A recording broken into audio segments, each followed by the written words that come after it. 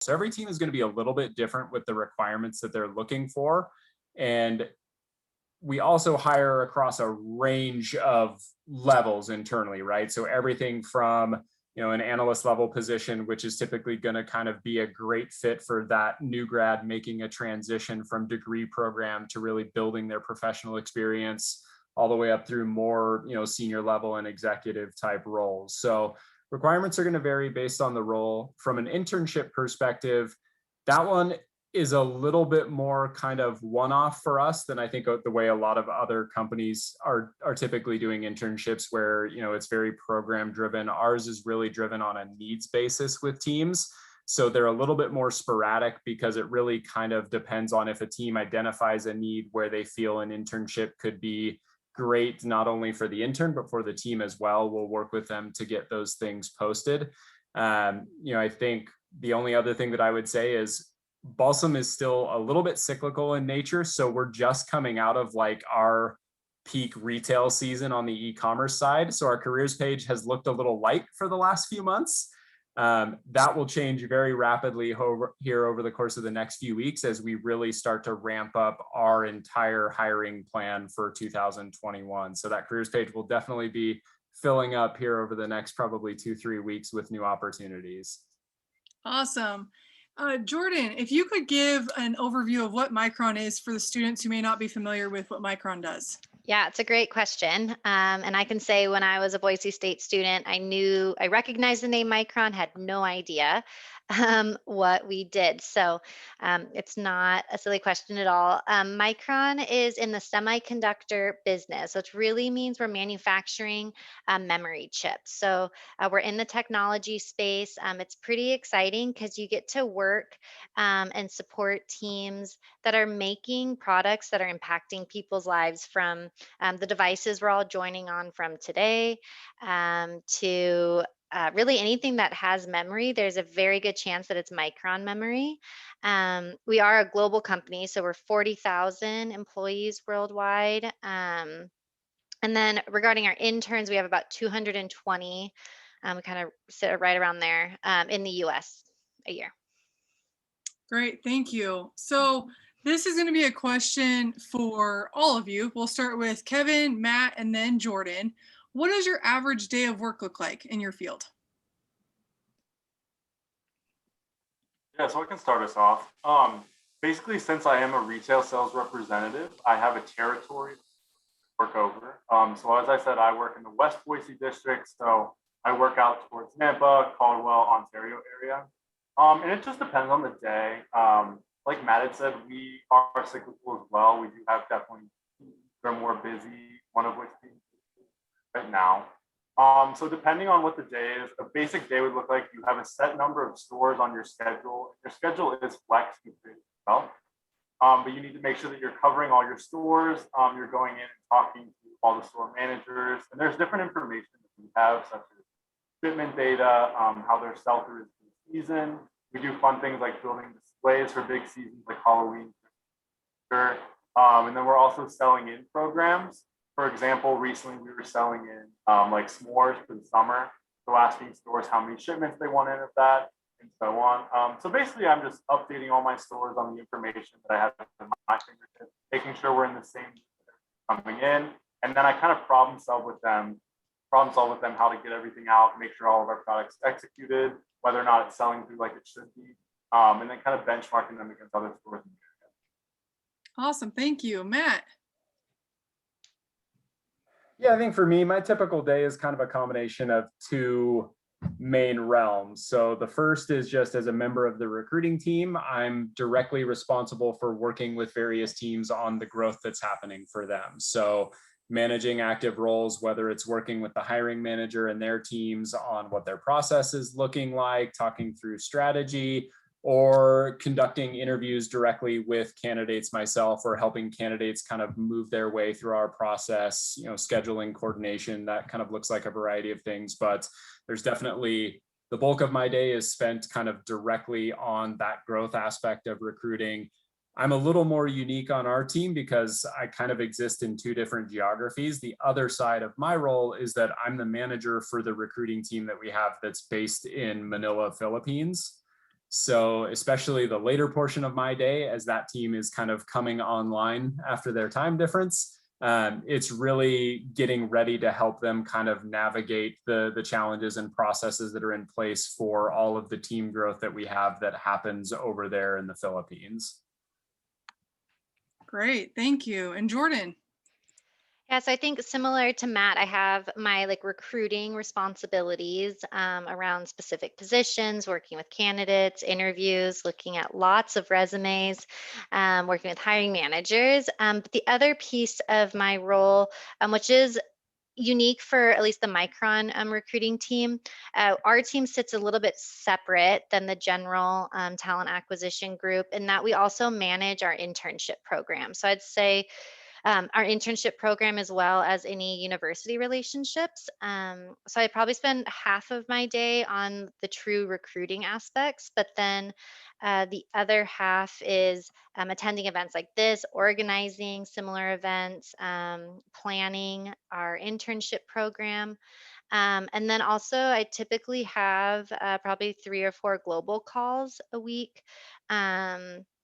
With my other counterparts, whether it's in Singapore, Japan, India, Italy, because we really are wanting to move towards a global space, not just having like a US specific program, a China specific program.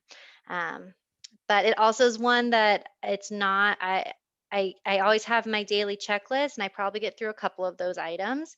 And then it's just kind of what pops up and gets through the workday. Great, thank you. So this next question will be open to everybody. I'll start with you, Jordan. What impact does an internship have on a resume? Yeah, I think it's important. There's a lot of value to it. For us, when we see an internship, I mean, that's really where you're applying what you're learning in the class into kind of the real world. I think if you don't have an internship on your resume, it's not like you're automatically out. But I think showing we want to see that students haven't just done school, that you are having maybe a part-time job or have done things outside of the academic experience. Internships obviously are a really great way to show that. But yeah, I think it's a big impact. Great, thank you. Matt?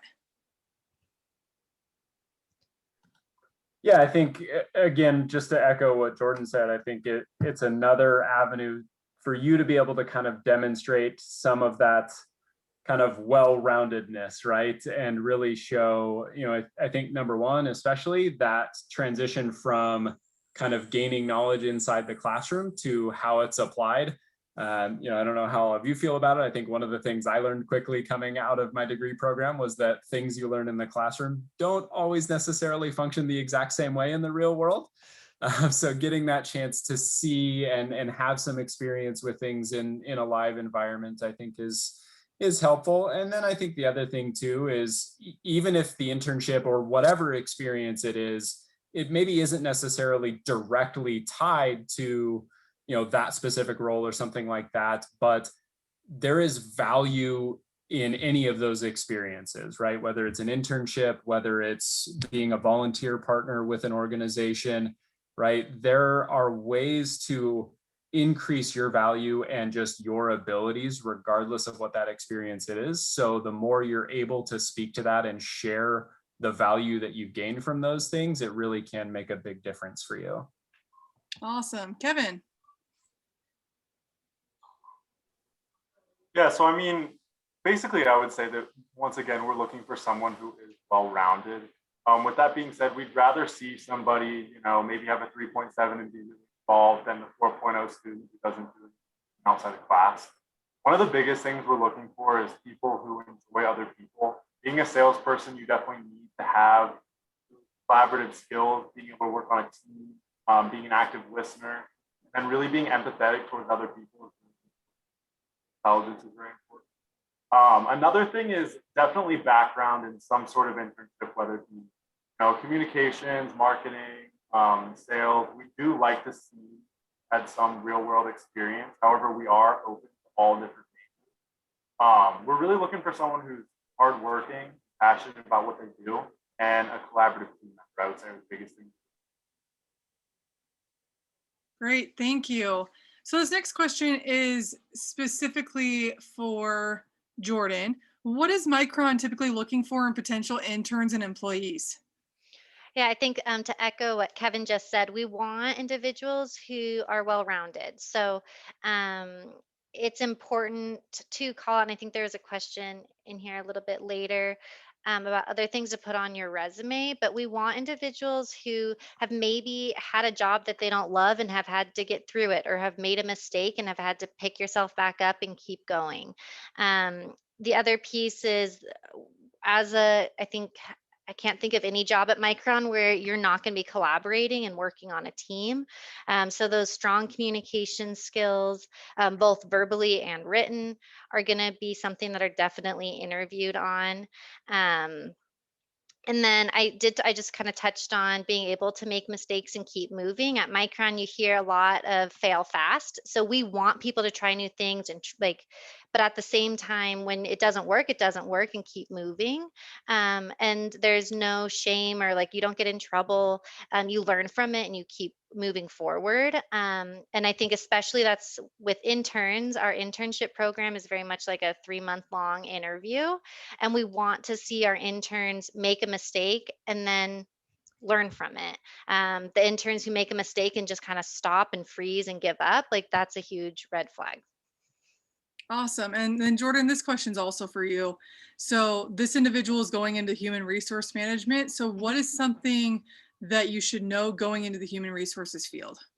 Oh, it's so much fun because you get to like work with people all day, but I think you have to bring that energy. Like you have to um, definitely be aware of kind of if you're that introvert or extrovert, and because you definitely are working, whether it's with engineers, if it's with external customers. So enjoying that is a big piece. Also, HR at Micron, and I can't really speak to any other company, but change happens pretty quickly. And you have like one idea of what's going on, and then it changes, and you have to be able to kind of quickly um, rotate and come up with a new idea. I think that's really Micron in general, not just HR. Uh, but I would say those would be kind of the big piece. Like you're definitely working with people. It's kind of in the name. And also the being able to be flexible. Great, thank you. So this question is for everybody. Is there anything besides an internship that you'd recommend to have on your resume, especially if you're coming right out of college? So I'll start with Matt on this one. Yeah, I think for us, I think there's a wide range of things that we like to see, right? So everything from volunteerism to maybe if you haven't had an internship, but you can highlight maybe specific projects or skills that you've really honed and developed, right? Whether that's through coursework, certifications, different things like that, right? I think being able to kind of present those opportunities and get them out there first is a really key part of kind of hooking a recruiter's interest in, so that you then have the opportunity to kind of really be able to talk through those things in more detail. But I think one of the things for Balsam is that there definitely is that aspect for many, if not all of our positions, where we do want to hire a little bit on potential as well, not just the skill set that you have right now, but where can we see you developing a year from now, 2 years from now, right? So I think anything on your resume that can help you highlight growth, right? And kind of your evolution over time can be really impactful in the eyes of whether it's myself or another member of the recruiting team or a hiring manager that's evaluating profile. That's definitely going to be something that has a lot of value for us internally. Great. Kevin. Yeah, so some things we like to see are definitely leadership experience, whether that be, you took a leadership position on a big project, you were a leader of the club you were in. Leadership is a big part of the company, and it's something we'd like to see. We also like to see any sort of development in terms of like entrepreneurship or showing that you can be a self-starter and that you're a hard worker. So for example, I was involved with the entrepreneurship department and helps the entrepreneurship department. That's another thing they really like to see because it really is running your own business. Awesome, thank you. And then Jordan. Yeah, I think to echo what both Matt and Kevin said, I think for Micron, we want to see that you've taken initiative, whether that's, like I said, a part-time job, a student org involvement, maybe it's even personal projects. I can tell you hiring managers, like when people put their personal projects on there, that's a huge call out because it's showing the innovation, it's showing the tenacity, which are two of Micron's values. I think the other important piece that we like to see on resumes is one that like managers, and I think it's working at an engineering company, even if you're not in an engineering space, we need resumes to be concise and quick. So I think the other call out with resumes is, and I guess my tip would be that why does it matter that you're putting it on there, and really challenge yourself on that. I review hundreds of resumes a week, and I probably spend 30 seconds on that first glance. If I can't quickly understand kind of who you are and what you're looking for, I just keep moving. So I think just a clear resume is also important that kind of catches your eye. And so just to add to that, this isn't in the chat, but looking at resumes specifically, Jordan, do you find that cover letters are beneficial as well to kind of sell it? Yeah, I'm curious to hear what Matt and Kevin think of this. I do not read cover letters. Again, really just bandwidth wise, there's so many resumes that are coming through. However, I know my managers do. So once like I have narrowed it down from 100 resumes to maybe the top 10, they'll look through them. But really the resume is what's going to kind of get that foot in the door, catch your attention. And then the cover letter is what kind of comes down if maybe they're between a couple candidates, will be the decision factor. But I would put more effort in a resume than a cover letter. Okay, so Matt, what about you? Yeah, I think there's some different factors there. I think, obviously some of it a little bit from an organizational perspective is going to be different place to place. Some of it depends on just the sheer volume that they're dealing with and what they have to review. I think for me personally, it kind of depends. If it's an extremely generic cover letter where it says, "Dear hiring manager," and is very clearly cut and paste, I'd rather just not have it there at all, right?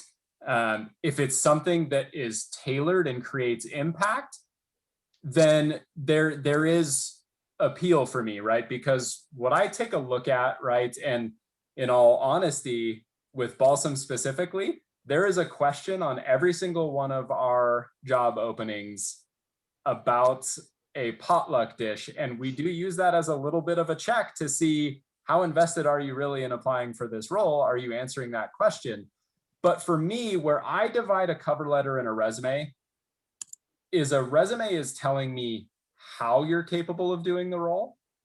A strong cover letter is going to help me connect the dots of why you want to be in this role. Why are you passionate about this particular opening? So what I would say is, for me, the cutoff is if you're willing to invest the time to have it be about connecting those dots and really be tailored to the opening, then it can be beneficial. If you're just doing a generic form letter, I would say, 9 out of 10 places would just prefer you not have it at all. And Kevin. Yeah, on what Matt said, I'd have to agree with, if it's adding to it, I think that really shows that you're taking initiative and that you're really helping the position. We like seeing people take initiative. Once again, if it's just copy and pasted, I think it probably honestly takes away from it. In terms of the resume, I think tailoring it to the position is very important. Once again, if it just looks copy and pasted and isn't really tailored to sales terminology, I think it's going to kind of take away from it. I think really looking at what we're looking for and tailoring your resume based on that is essential. I did also see a chat pop up whether 1 or 2 pages mattered. In my opinion, and I'm going to be the head of recruiting for Boise State, Hershey, It does not matter to me. My resume was 2 pages long, which I know is an unpopular answer. But to me, if you have experiences that are worth putting on there and make it 2 pages long, then put them on there. But if you're just adding fluff to make it longer, then it takes. Okay, great. So Kevin, this question's actually for you. And this I think is more just kind of clarifying. So I believe you said you graduated with a marketing degree, then you switched to retail. How do you see the marketing career unfolding with all the different social platforms? Well, as of right now, we don't do a lot of social media engagement. I think most of my marketing degree came into play in terms of the technology we use. So just basic stuff in like Excel, but we also use a lot of Tableau, which I'm not sure if you are familiar with that here, but in a lot of my market research classes, we use Tableau, and I see that in my day-to-day operation.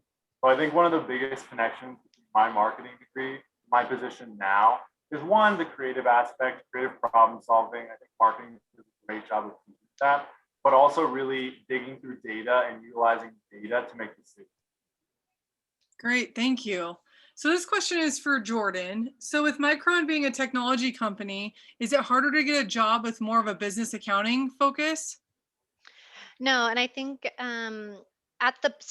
so Micron's headquartered in Boise, and all of our business functions either have a representative at the Boise site, or like that's where a large amount of the team is for the US.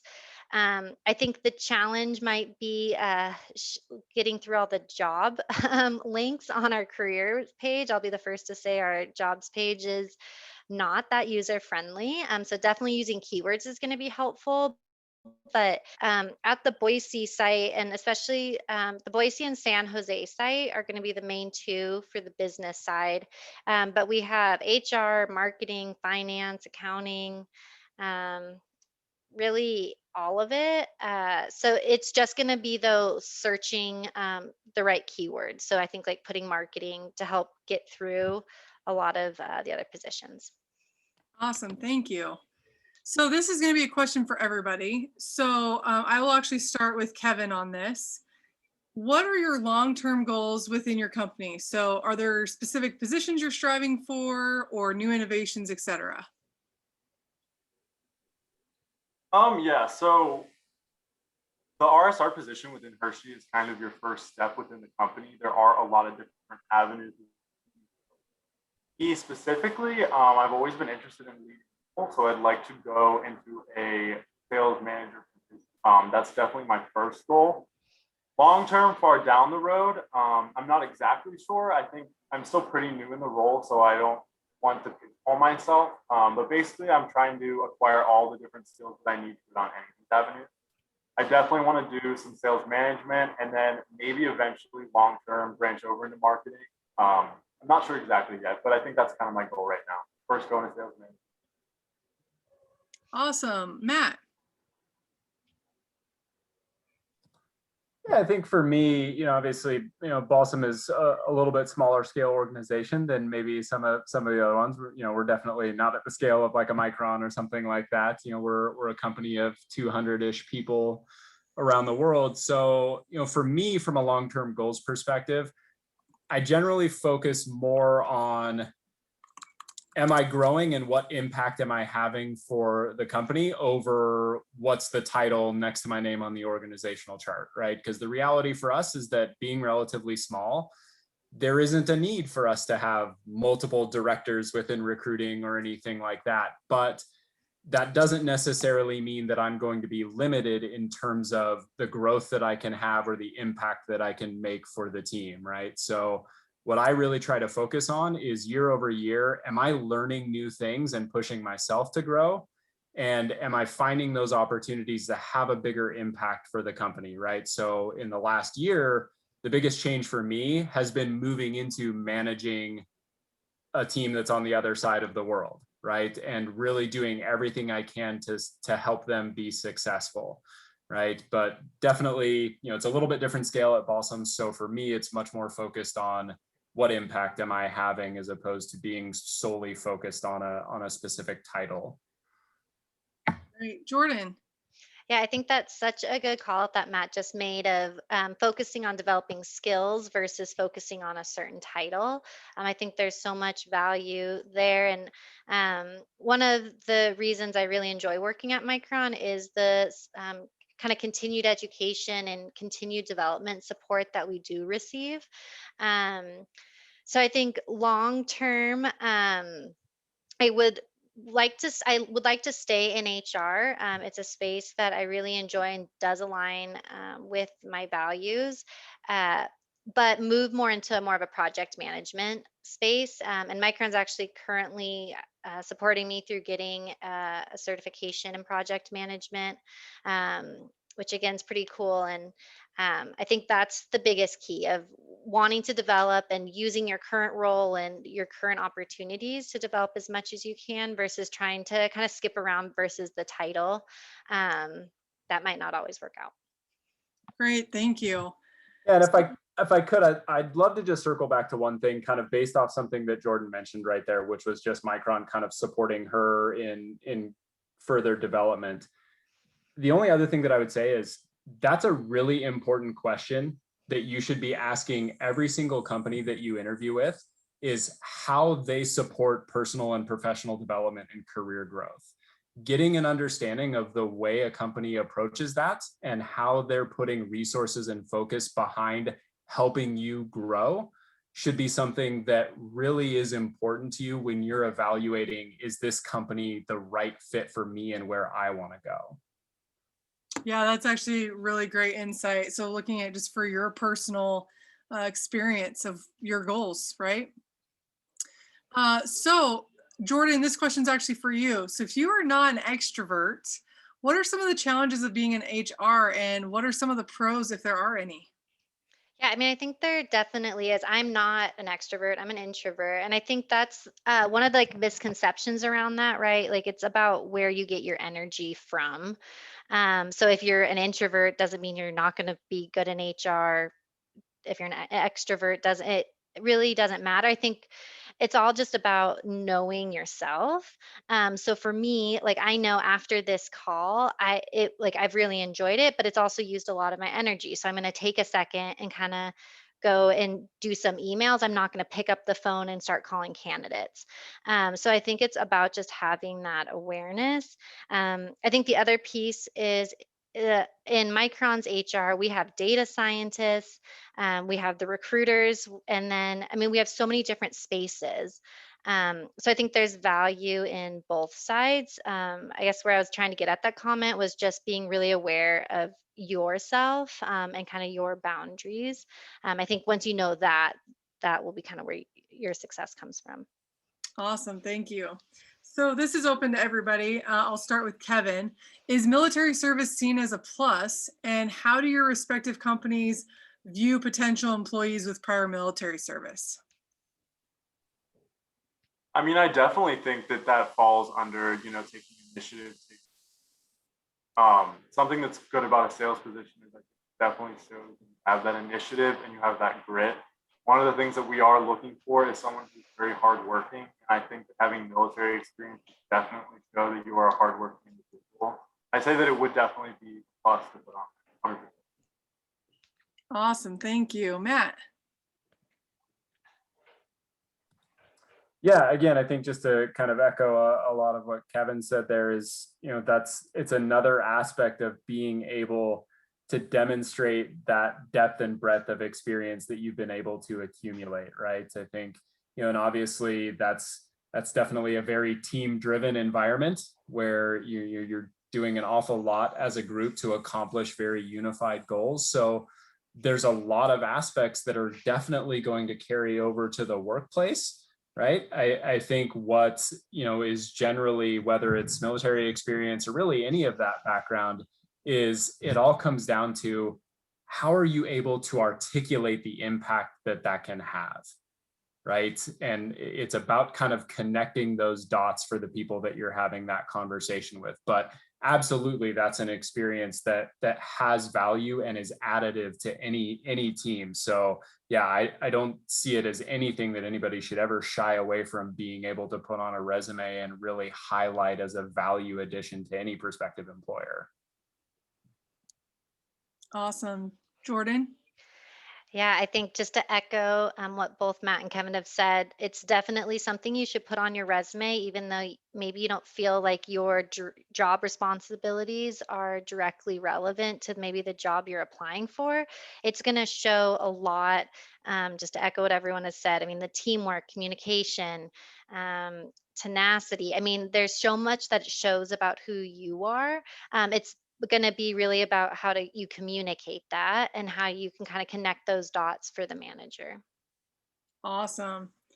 So looking at resumes, so and this is all open to everybody because I think there are different opinions, and Matt kind of touched on it, and I think Kevin did as well. So should resumes be 1 page or 2? I'll kick this one off. I think it's, and Kevin mentioned it, it's what adds value, right? Like if it's a 2-page resume and it's a bunch of fluff. For example, one of my pet peeves on resumes is like when there's a skills section and it says like leadership, strong communication. That's all great to hear, but I'd rather see that in projects and like how did you use that? I can say all those great things about me, but it you don't know me, and so how would you know that I can demonstrate those? So it's if it adds value, great, but if it doesn't, then I wouldn't say. I'd stick to 1 page. So Matt, what do you think?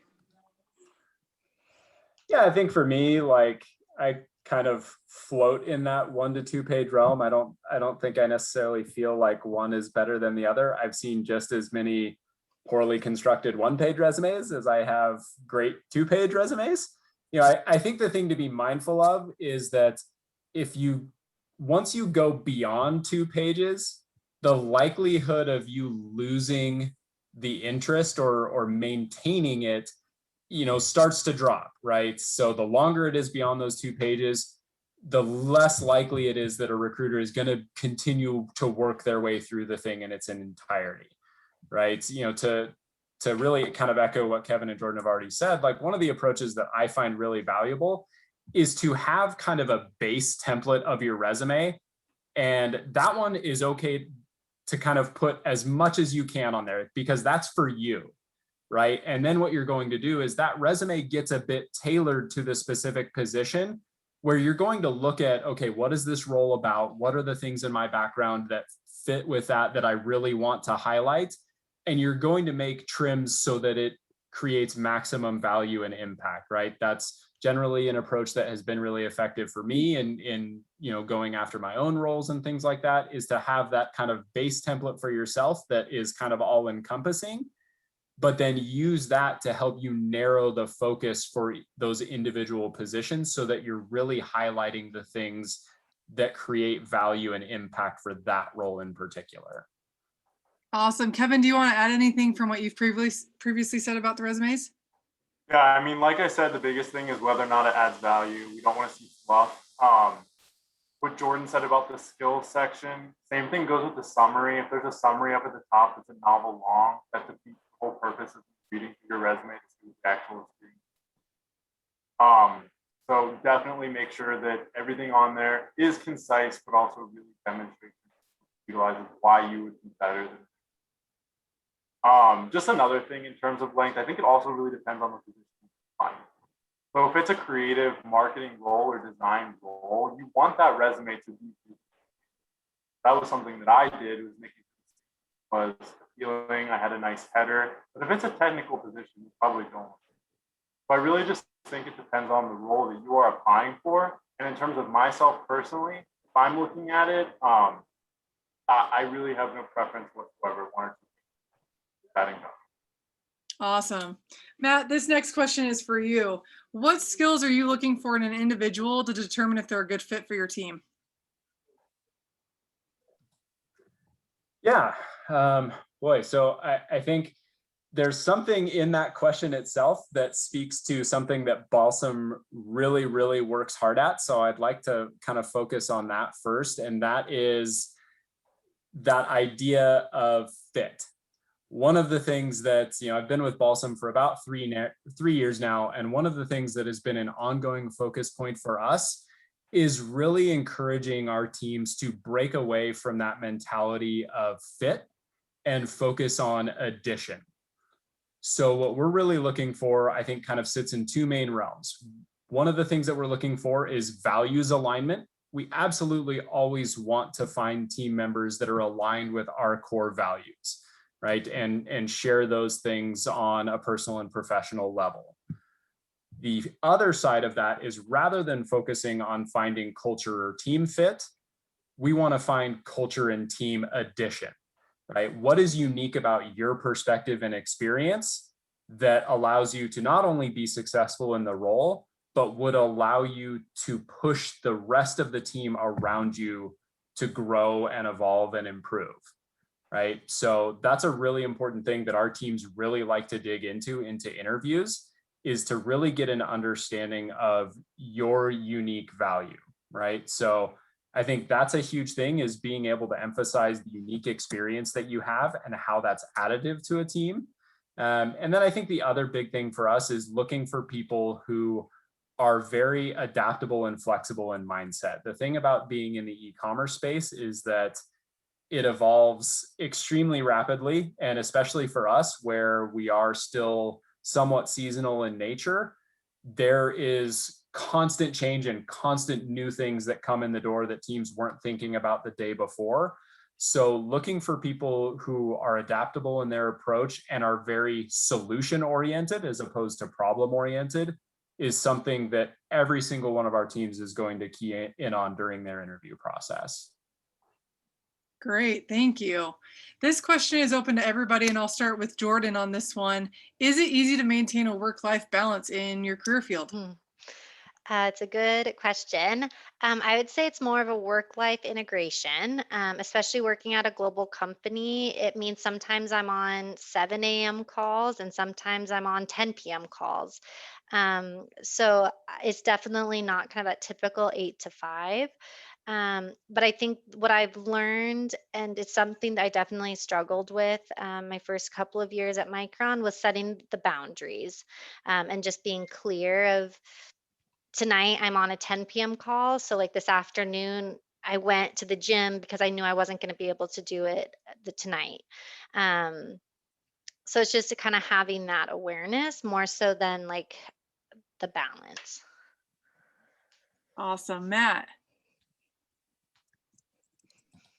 Yeah, I think for us and for Balsam, this really kind of sits within one of our core values, which is celebrating individuality. And I think a big part of that for us is recognizing who you are as a whole person, right? And the fact that there are always other things going on outside the workplace. So for us, there is always kind of that kind of push and pull, right? And I think we work collaboratively to maintain and respect those boundaries. So especially for us having offices in different geographies, it's that trade-off of, one meeting that I have is going to be in my evening so that it works for the Manila team, right?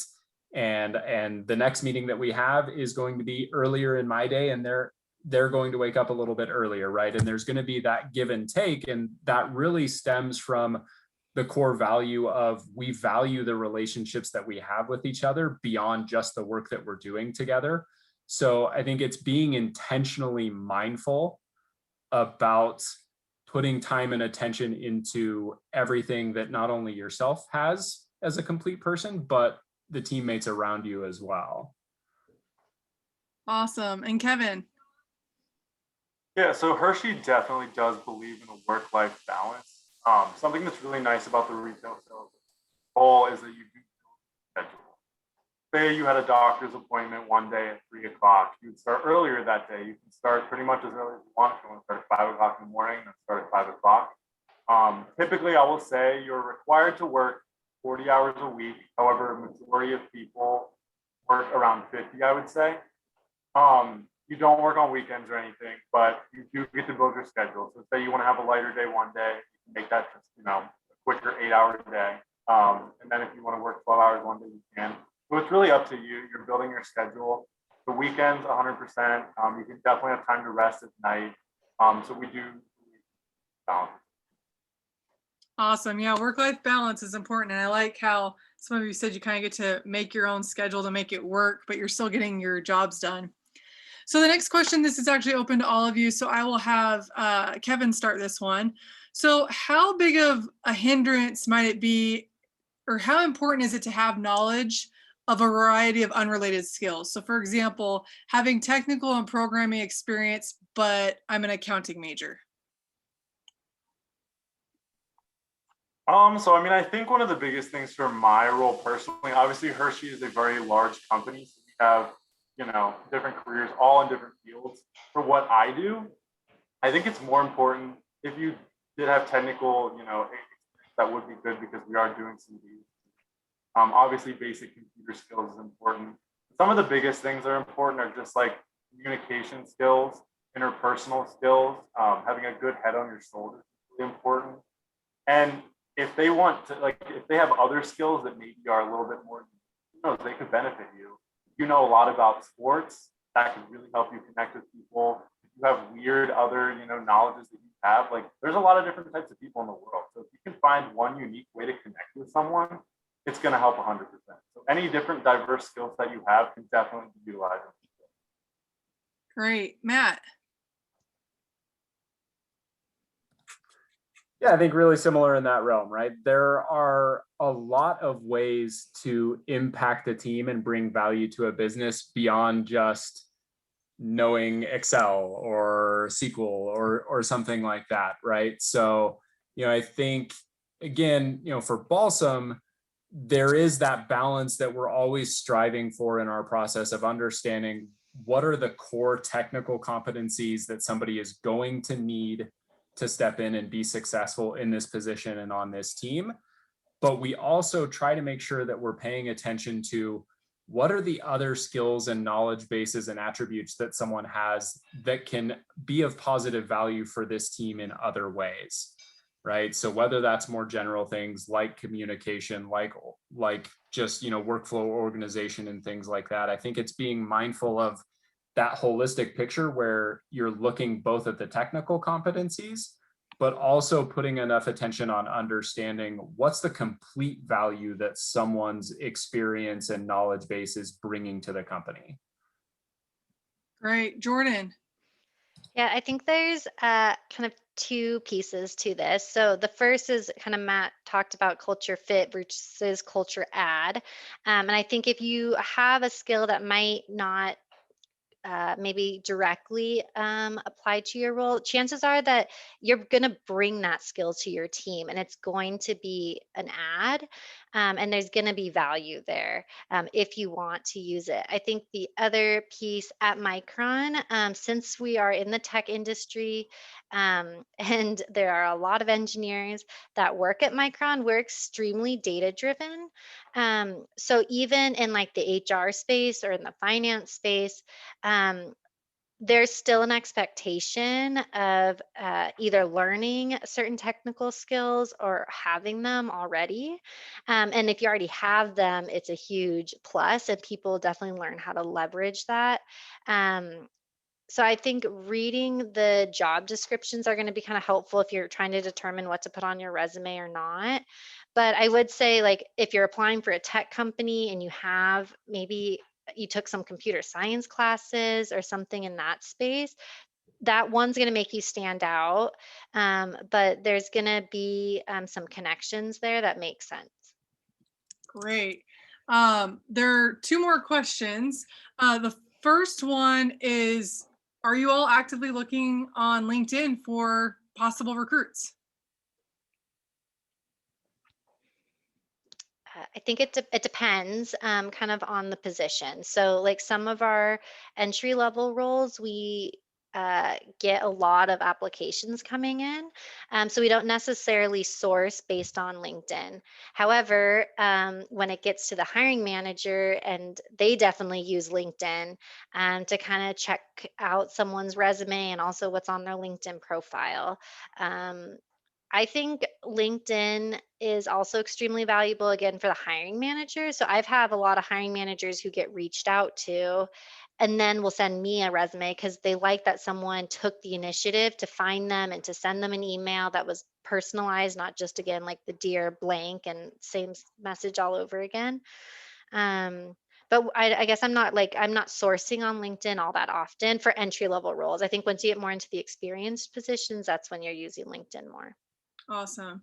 Matt and Kevin, anything you want to add with the LinkedIn? Are you actively recruiting on there?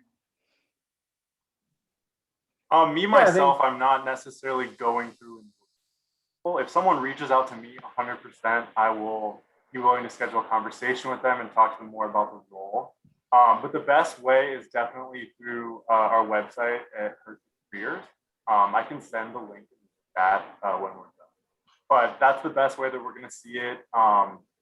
Events like these are really important. So, I'll put my email here as well, but people can reach out to me and schedule a conversation. The best way to do it is applying through the website and then get in contact with someone. There's a lot about this business, creating connections.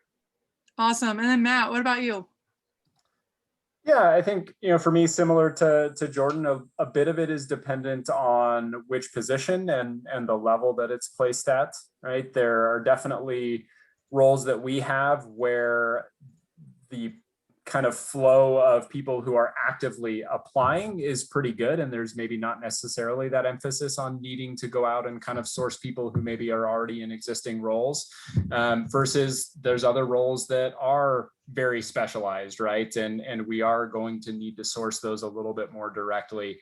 I would say even at times where we're not necessarily maybe doing a ton of sourcing on LinkedIn, we've really been trying to continue to be active on there as a way to build our presence, because we view it as another avenue for us to be transparent and provide information about what it's like to be a member of the Balsam team. So even if we're not actually sourcing, we're actively trying to put more content and more information on our LinkedIn pages to really give people who may be looking at us on LinkedIn a clearer picture of what it's like to be a part of the team. Awesome. And the last question, this is actually a really good one because you see it a lot more, but if somebody has tattoos, can it cause recruiters to lean in a different direction when they're comparing applicants? I guess my quick answer is no. I think it again is that's who you are, and we want, especially at Micron, we want everyone to show up as their true self and be able to feel comfortable doing that. So tattoos, piercings, different color hair, like that's not going to impact the recruiting process. Kevin. Same thing, no. There definitely are people on my team that do have tattoos. However, I will say, if you come with a full face tattoo or something like that, we definitely hold ourselves to a high professional standard. So if you're not able to present yourself professionally, I think it definitely will affect it. There are tons of people on my team. Awesome. Matt. Yeah, for us, it's just, it's not something that we're really looking at. I think if we're focused on something like that versus someone's ability to add value to the team, then we probably need to have a different conversation internally about living up to our own values as a company and as a team. So yeah, again, the emphasis, and it's something that I think we benefit a lot from having hiring teams that are really truly invested in our hiring process, but they really do a tremendous job of living out those values during the process and really focusing on just getting to know who that candidate is and what they're capable of bringing to the table. Wonderful. Well, we are at time. I want to thank our panelists for taking time out of their day today to provide us some insight into their industry and what it might look like for getting a job with them or even in the specific industry. Thank you to everyone for asking the questions and making it a great conversation. For our panelists, if anybody is interested in reaching out to you specifically, are you okay with me sharing that information with them? Yeah, 100%. Awesome. Well, again, thank you so much for taking time. We really appreciate it. My class, thank you for your involvement today. Make sure your business case is set to go for Thursday, and I will see you all then. Have a great night, everyone, and thank you again. Thanks, guys. Have a great night. Thank you. Thanks, everyone. Thank you.